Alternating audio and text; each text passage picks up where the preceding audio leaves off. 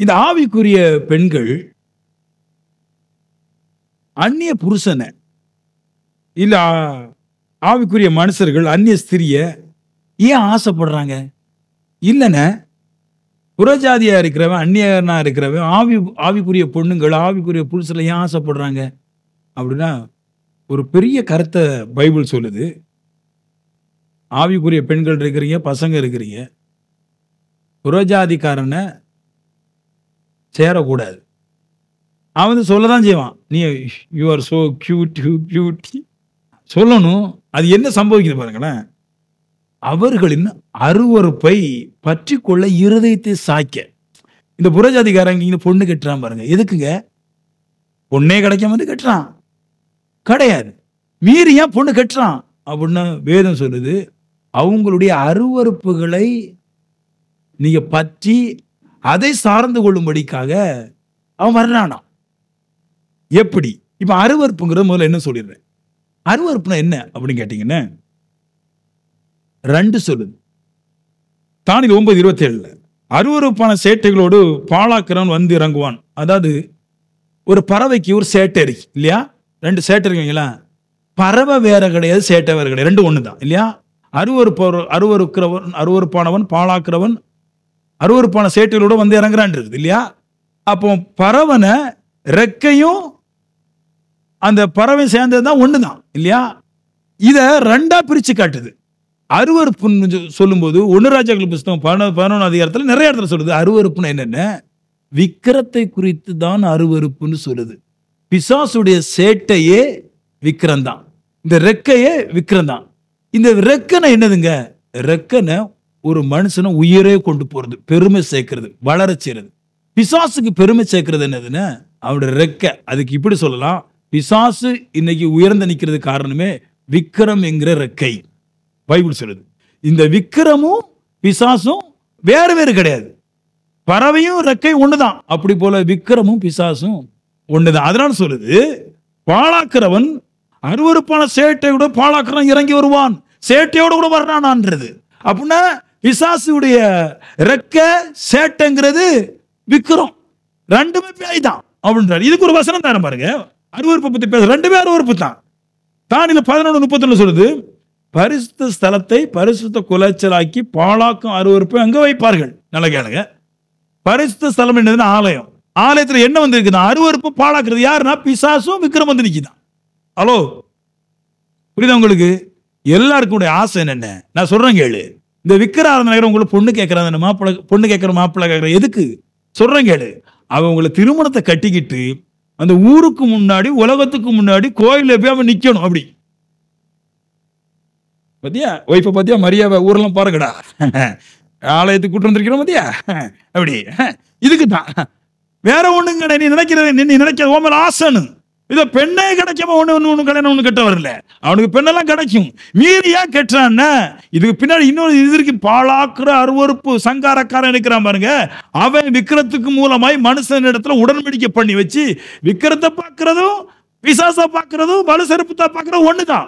இப்ப அந்த பிசாசு விக்கிரத்துக்கு மூலமாக இவங்களுக்கு ஒரு பச்சைதலை கொடுத்திருக்குது.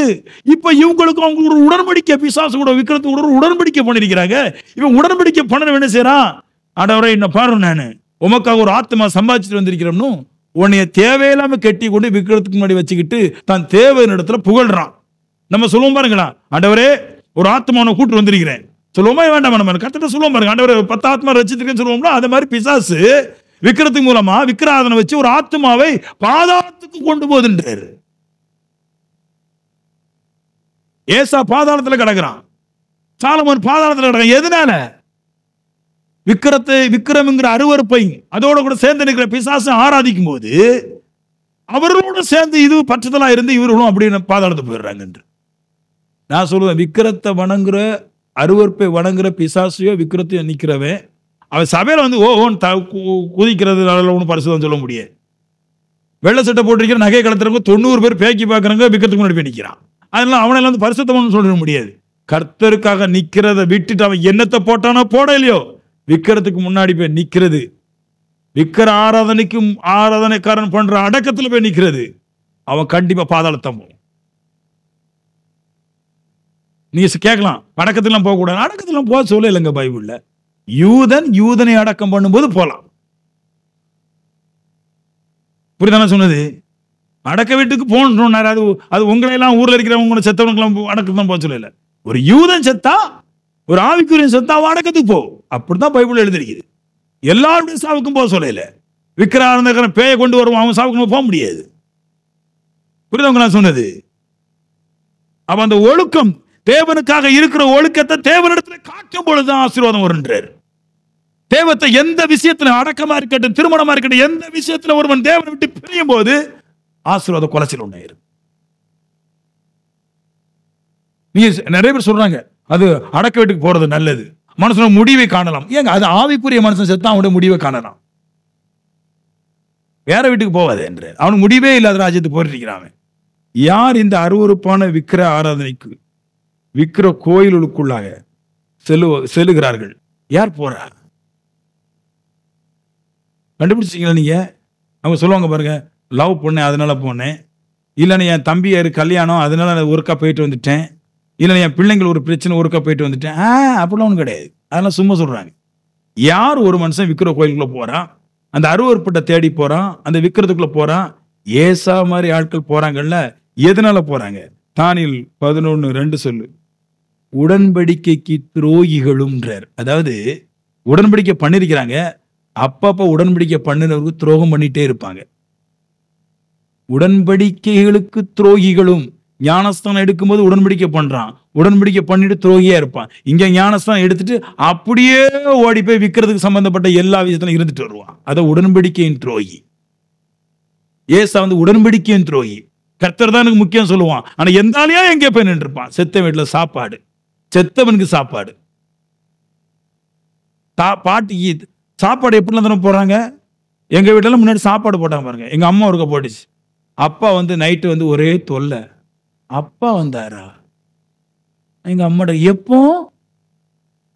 அது நைட்டு 11:45 தான் வந்தாரு. ஏன்? இருட்டுல கண்ணு தெரியுது, அவரு பகல்ல கண்ணு தெரியாது.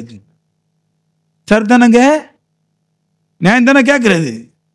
இருட்டுல தான் கண்ணு தெரியுமா அப்பாவுக்கு? மனுஷனுக்கு பகலில் கண்ணு தெரியும். அது என்ன செய்யறது மொக்கா? நைட்டு 11 மணிக்கு வந்துட்டு கள்ளு கேட்டாரு. கள்ளு கேட்டாரா? கள்ளு கேக்குதான் பாருங்க செத்து போன அப்பா. ஏம்மா இப்படி சொல்ற நீ? கள்ளு கேட்டாரு மக்கா. அதனால நம்ம ஊர்ல இருக்கிற கள்ளு குடிப்பதற்கு பைசா இல்லாத கிளமர்ல கூட்டு கொண்டு வந்து கள்ள கொடுக்கணுமா? நான் சொன்னேன், எம்மா அவன் கள்ளு குடிக்க வரல, இந்த கிளமர்ல இன்னையோட குடி வாங்கி கொடுத்து கொள்ள வந்து தெரிகிறான். நீ கொடுக்காத. கள்ளு குடிப்பாரு, கள்ள வாங்கி கொடுத்து கிளமருக்கு பாதி பேர் செத்து போயிட்டான். உடன்படிக்கையின் துரோகிகள். கடவுளை பிடிக்கும் சொல்லிட்டு உலக காரியத்துல சம்பந்தப்படுத்தி வச்சுக்கிட்டு இருக்கு. கர்த்தர் நான் என்னைக்கு ஞானஸ்தானம் எடுக்கிறோம், என்னைக்கு திருவிருந்து எடுக்கிறோம், அந்த உடன்படிக்கைக்கு நான் ஒரு காலம் எதுக்கும் துரோகி ஆக மாட்டேன். அப்படி ஒரு வாழ்க்கை எனக்கு வேண்டாம். இந்த கண்ணீர் கதையெல்லாம் வெளியே வேற ஊழியக்காரங்கிட்ட. இங்க அது இல்லை. உடன்படிக்கைக்கு நான் ஒரு காலம் துரோகம் செய்ய மாட்டேன். இல்லையா? என் பிசினஸ்க்காகவும் நான் ஒரு காலம் உடன்படிக்கை துரோகம் பண்ண மாட்டேன். பிசினஸ்க்காக கூட, ஒரு பொருளாதாரத்துக்கு கூட அந்த பக்கம் நான் போக மாட்டேன். நான் ஒரு போட்டோ எடுக்க கூட நான் போக மாட்டேன். நான் அம்மாவா இருந்தாலும் அப்பா நான் இருந்தாலும் உயிரோட எழுப்ப வர போற கிடையாது. கர்த்தர் தான் வருவார். என் ஜீவன் இருக்கிற காலம் வரைக்கும் கர்த்தரோட உடன்படிக்கை விட்டு நான் போக மாட்டேன். உடன்படிக்கைக்கு துரோகிகள் தான் ஏசாவ மாதிரி அங்கேயும் போயிட்டு அப்புறமா அப்பாட்ட அழுறான். அப்பா ஒரு ஆசீர்வாதம் கூட வைக்கலையாப்பா. இல்ல மக்களே வாங்கிட்டு போயிட்டானே, நான் என்ன செய்யற ஒண்ணு கூட தெரியல. எப்படியா தாங்கப்பா, எப்படியா தாங்கப்பா. பெந்தகோஸ்தே ஜெபத்தை பார்த்திருக்கீங்களா? எப்படியா தாங்கப்பா, என் கடத்தை மாற்றுங்கப்பா, ஆண்டவரே விண்ணப்பச்சவன்பா.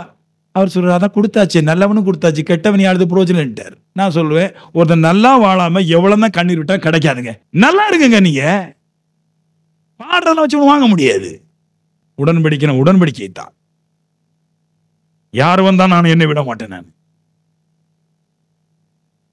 அவங்க சொல்றாங்க, இச்சகமான பேச்சினால் கள்ள மார்க்கத்தாராக்குவான். அவன் வருவான், இச்சகமான பேச்சு பேசுவான். கரங்களை தட்டி ஒரு குறிச்சேன். ஏமேன், அவன் பேசுவான் பாருங்க. கல்யாணம் கட்டுக்கு முன்னாடி இல்ல பொண்ணுடைய மாமன் அவன சொல்லுவான், எல்லாத்தையும் நானே பார்த்துக்கிட்டுறேன். ஆமேன்.